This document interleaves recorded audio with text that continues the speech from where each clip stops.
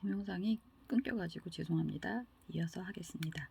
그래서 이번 학기에 대면 수업이 8시간 잡혀 있어서 그때 현장에 관련된 여러 가지 이야기들을 해드리고 싶은 것들이 좀 많습니다. 그래서 복지와 관련된 포커스 그리고 그런 부분에 대해서 여러분들께 대면 수업 때 꼭 이 부분은 알고 현장에 가시길 바라는 준비들을 저 나름대로는 11월 달에 또 모아서 할 예정이기 때문에 그때 또 기대를 해주셨으면 좋겠어요. 자, 이번 학기에 강의 계획서는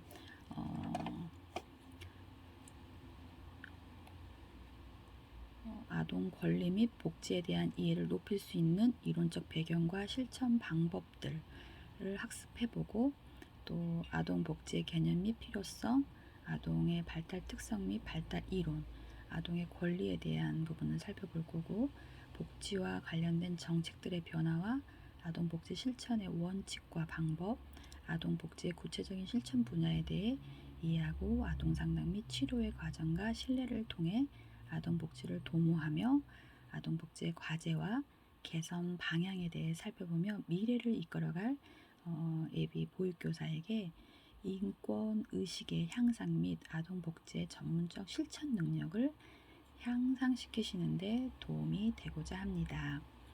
그래서 이번에는 CTL 수업 강의에 대한 부분으로 진행을 이어갈 거고요. 과제에 대한 부분도 조금 설명을 할 건데요. 이 과제도 조금 더 확대해서 보여드릴까요?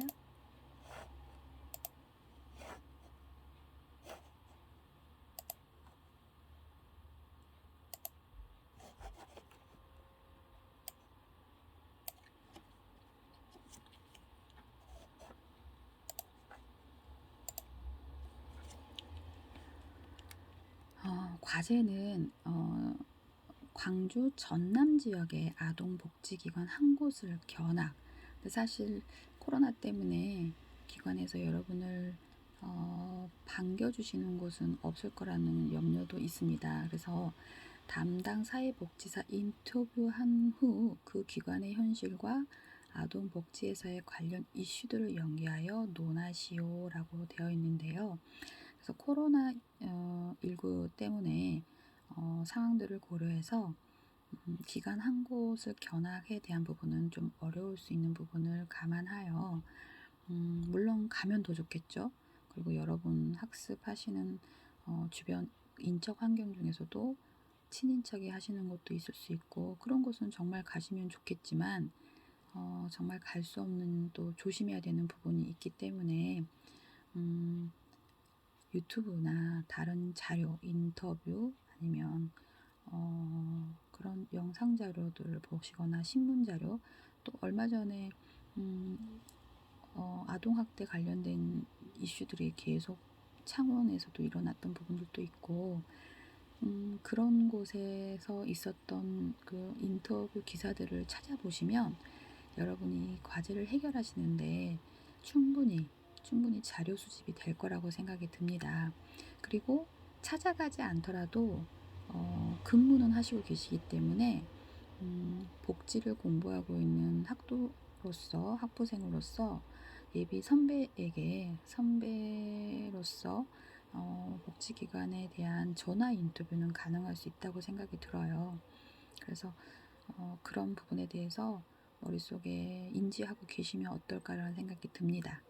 그리고 이제 조별 발표에 대한 부분은 조별로 주어진 주제에 대해서 교과서와 다른 이제 뭐 문헌이 있어요. 그래서 국내 논문을 참고하여 요약 정리해보고 파워포인트를 사용하고 발표하고 퀴즈 문제를 출제해서 동기생들과 함께 풀어보는 거. 그래서 그런 부분들을 대면 수업하는 날 발표 자료는 저한테 제출해 주시고 또 그 학부 동기들한테는 밴드 블로그를 통해서 발표 자료를 공유하시는 것까지. 그래서 이번에도 학점에 대한 부분은 좀 스트레스를 없게 하려고 고민을 하지만 이 결과물에 대한 부분도 저도 학과실에 제출을 해야 되는 부분이 있기 때문에 이 복지와 관련된 것들을 사실 여러분이 너무 스트레스는 받지 않으시되 머릿속에 항상 인지하면서 저 이슈 내용들은 내가 과제로 또 이런 부분들을 연계해서 풀어보는 주제로 생각하시고 논하시면 어떨까라는 생각이 듭니다.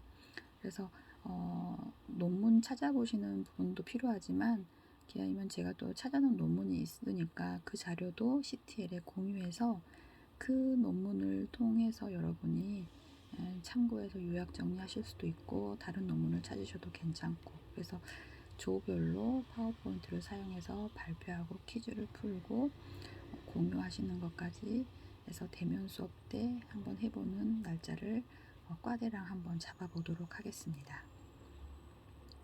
혹시 이해가 안 가시면 또 CTL로 문의를 주시면 언제든지 답해 드리도록 하겠습니다.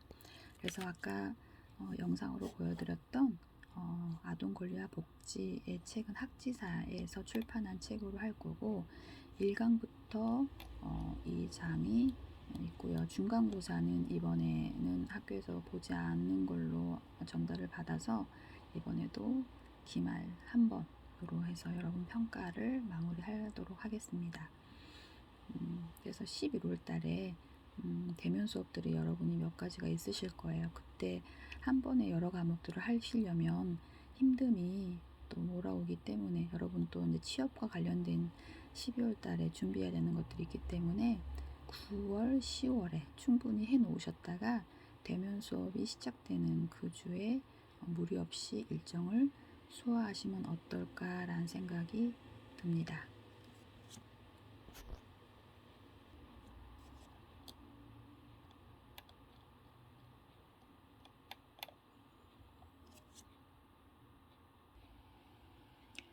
어, 1장부터 이 책은 현대사회에 접어들면서 아동의 권리와 복지를 증진시키기 위한 사회적, 정책적 노력에 대해서 여러 가지 노력이 있었음에도 불구하고 가정이나 어린이집에서 유기, 방임, 또 학대받는 아동들이 지속적으로 증가하게 되었고 또 10대 미혼모의 증가나 가족 해체 등으로 인해서 부모로부터 버림받고 입양 위탁되고 있는 아동의 수가 줄어들지 않고 있는 것에 대한 현재 상황에 대한 부분들, 그래서 사회 전반적으로 아동의 권리와 복지에 대한 관심이 높아지긴 하였으나 여전히 아동의 권리나 복지에 대한 인식 및 이해 수준은 낮은 편이라 현실적으로 이를 실현하는 데는 어려움이 있습니다. 사실 저도 학부 때 이런 복지나 권리에 대한 과목은 그닥 매력적이지 않았던 것 같고 어렵게만 느껴졌던 게 사실입니다. 그리고 현장에서 요즘 아이들이 무단으로 결석을 하게 되면 그런 부분에 대해서 어린이집에서 그 아이 집에 방문해야 되는 것들이 갑자기 생기게 된 법령이 생겼었는데 그게 결국은 아동을 유기하면서 초등학교의 의무교육에 아이가 참여하지 않은 그 추적을 하게 되다가 초등학교 전 어린이집에서 아이의 출석에 대한 부분이 지원은 받았는데 아이가 언제부터 나오지 않았는지에 대한 부분으로 담임선생님이나 원장이 어린이집에서 아이의 출석이 3일 이상 나오지 않았을 때 가정 방문해야 되는 부분이 갑자기 생기면서 사실 현장에 근무하는 원장으로서 굳이 우리가 가정 방문까지 해야 되는 것인가라는 부분을 고민하게 된 계기가 있었는데요. 이제 이렇게 버림받고 입양 위탁되는 아동의 수가 줄지 않고 또 복지와 권리에 대해서 관심이 높아지고 있기는 해요. 이런 뉴스를 보면서 어려운 부분을 어떻게 저런 부모가 있을까라는 그런 그 얼마 전에 그 창원이나 울산에서 있었던 아동학대 사건들을 보면서 근데 이런 관심이 높아지긴 있지만 그런 우리의 인식이나 이해 수준이 낮은 편에 대한 부분으로 여러분들이 이런 부분들을 접하고 또 우리가 어떻게 그들을 발견하고 관심을 갖고 지원해야 되는지에 대한 부분으로 이 책은 안내를 할 것입니다. 아동 복지란 아동이 행복하고 만족스러운 삶을 영위할 수 있도록 제공되는 서비스를 총칭하는 것입니다.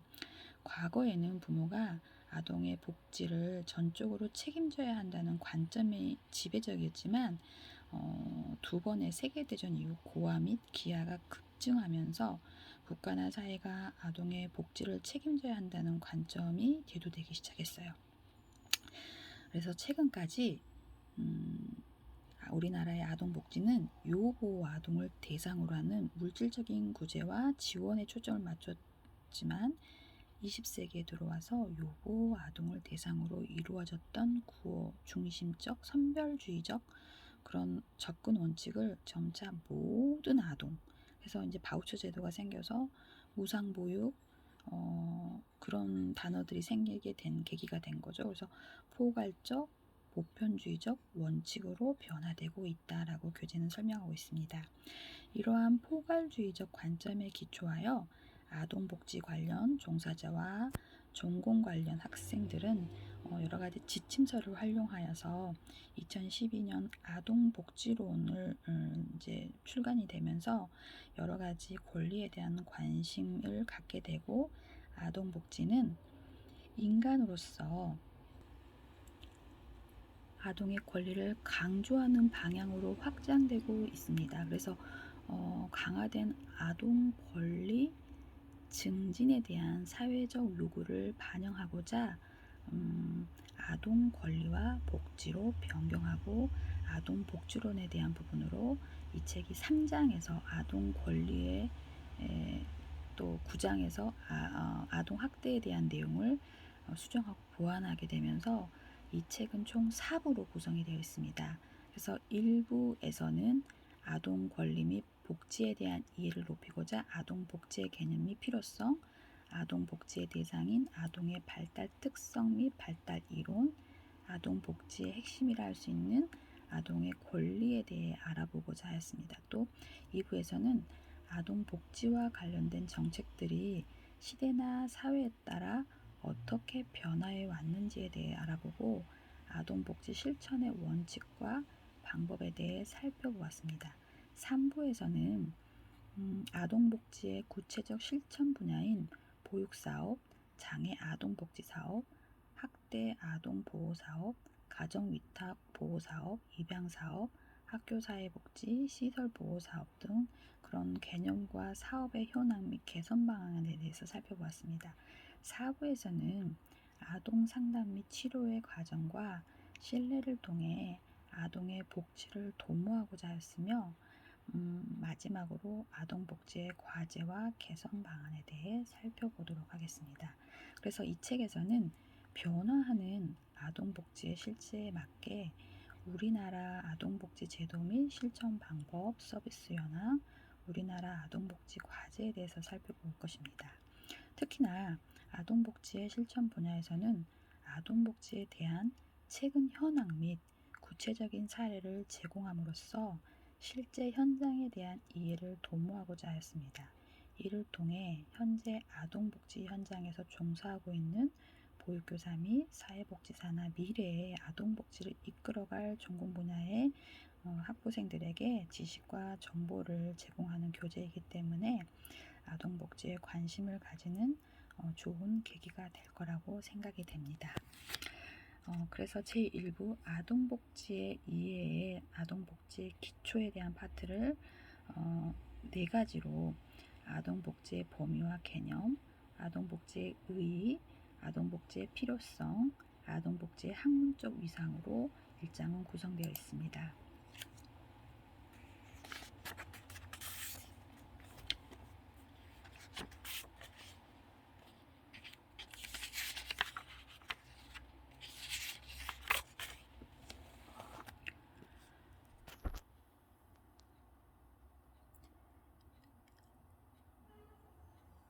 우리나라나 해외 여러 나라를 통해도 자녀 양육은 부모가 1차적인 책임을 지는 것이 보편적인 모습이고 또 바람직한 것으로 간주하게 됩니다. 그러나 가정 내에서 부모가 자녀를 양육하는 것이 불가능할 경우 국가나 사회가 책임을 져야 한다는 관점이 대두되면서 아동복지의 시작이라고 볼 수 있습니다. 그래서 우리나라의 복지는 요보호 대상 아동을 중심으로 출발하였기 때문에 그 대상이 제한적일 수밖에 없으며 이로 인해 요보 아동을 대상으로 한 물질적인 구호가 바로 아동보호의 주요 과제로 인식되어 왔습니다.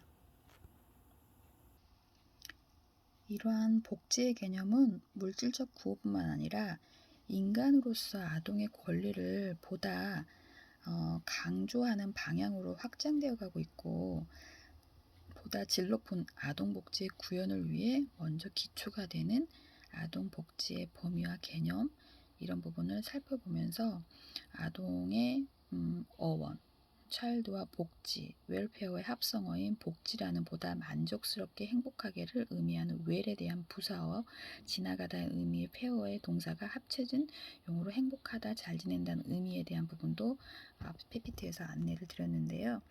그래서 이 아동복지의 범위는 먼저 복지의 대상이 되는 아동의 연령 범위를 살펴본 국어사전에서는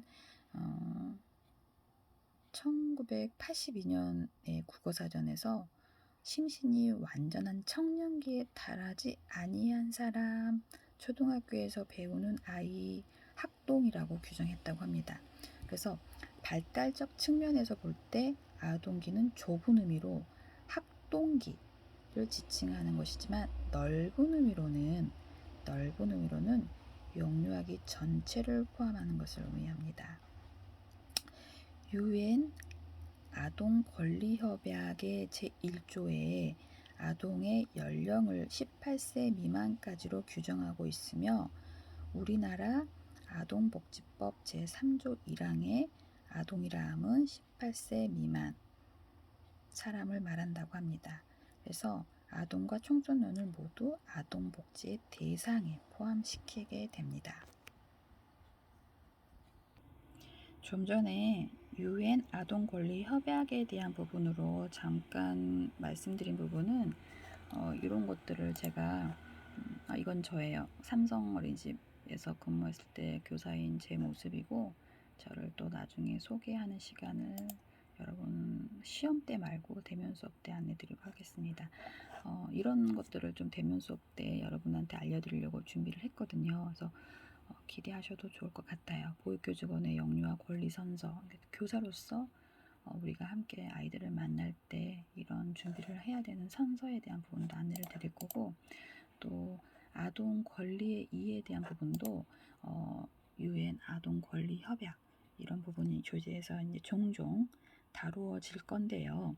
UN 아동 권리 협약에 대한 부분이 우리가 전 세계적으로 약속을 한 그 아이들의 권리를 존중해주기 위해서 어떤 노력들을 하고 있는지, 이런 부분들을 기본적으로 한번 살펴보는 수업도 한번 해볼 생각이에요. 그래서 이렇게 우리들의 권리, 그래서 UN 아동에 대한 부분으로 아까 제1조라고 했는데, 1조에서는 아동의 정의 18세가 안 된 모든 어린이와 청소년은 이 조약이 있는 모든 권리를 가지고 있다라고 우리들의 권리, 세이브 더 칠드런에서 만든 자료이긴 한데, 제가 여러분 만날 때 제대로 보여드리려고 준비를 했었습니다. 그래서 이렇게 이게 UN에서 아동권리 협약으로 42개의 협약을 배포하고 전 세계적으로 아이들을 권리에 대한 부분을 이제 세이브 더 칠드런과 함께 지켜가기 위해서 노력하고 있는 것들을 또 알아보면 좋겠죠. 그래서 동영상도 되게 좀 쇼킹한 것들이 많아요. 그래서 현장에서 여러분한테 가기 전에 공유하면서 보여드릴 수 있는 선생님이 아이를 학대하고 있는 이런 인터뷰 것들도 여러분 과제할 때 참고하시면 좋을 것 같습니다.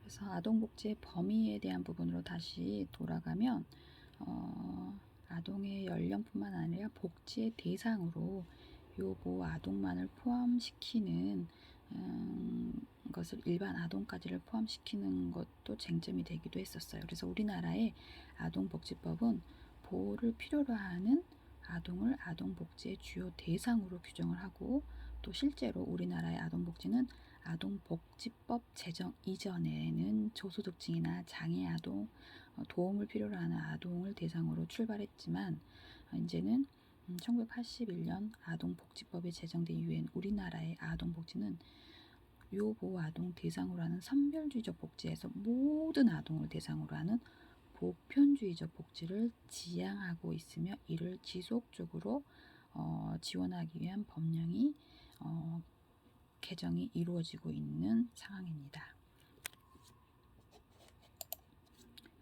그래서 다음으로 아동이 행복한 삶을 영위할 수 있도록 제공해야 할 복지 서비스의 범위에 대한 부분으로 여러 기준에서 접근하는 부분이 있는데요. 보조적 서비스, 대리적 서비스, 지지적 서비스라는 구분이 있습니다. 지지적 서비스는 아동이 자신의 가정에서 머물면서 받을 수 있는 서비스로, 복지시설은 외부에서 가져온 각자의 기능이 충실히 이루어지도록 도와주는 역할만 수행하게 됩니다. 그래서 지지적인 서비스는 부부 갈등이나 부모 자녀 간 갈등으로 인해 부모 자녀 관계가 손상되거나 긴장 상태에 있을 경우 초기의 문제를 다루는 1차 방어선에 대한 서비스입니다. 그래서 주로 가족생활 교육, 집단 상담, 가족 치료 프로그램, 아동학대 예방 프로그램 등을 제공받게 됩니다. 두 번째로 보조적 서비스에 대한 부분으로, 부모가 있지만 부모가 실직이나 질병, 취업 등의 이유로 부모 역할을 제대로 수행하지 못할 경우 이를 보완하기 위한 서비스입니다. 이는 부모가 보호가 부적절하거나 부모 자녀 관계가 심각하게 손상되는 경우, 그래서 이번에 그 아이가 울산이었던가요? 그 컵라면 하나를 옆집에 하나 먹으려고 그 지붕을 타고 넘어갔던 그 상황 같은 경우에 대해서도, 그러니까 어떤 범위에 해당되는지를 연상하면서 들으시면 좋을 것 같습니다. 그래서 심각한 손상이 되어 있는 경우를 제공되고 2차적인 아동복지 서비스라고 볼 수 있고, 첫 번째로 설명했던 지지적 서비스가 외부적인 서비스 제공이란, 보조적 서비스는 내부적인 서비스의 제공을 말합니다. 가족 내부나 시설 내부에서 일시적으로 부모 역할을 보조해주는 보육 서비스가 그 대표적인 예이기도 합니다. 세 번째로 대리적 서비스는 부모의 사망과 가출, 유기 등으로 인하여 아동이 부모의 보호를 더 이상 받을 수 없게 된 경우 부모를 대리하여 제공하는 서비스를 말합니다. 대리적 서비스는 아동이 자신의 가족을 완전히 떠나 부모와 가정의 역할을 대신해주는 타인에 의해 양육 보호되는 것으로, 예를 들어서 가정 위탁과 입양, 시설 보호 등이 포함됩니다. 그래서 특수한 치료를 필요로 하는 수용 치료 서비스를 받는 것도 이 대리적 서비스에 포함이 됩니다.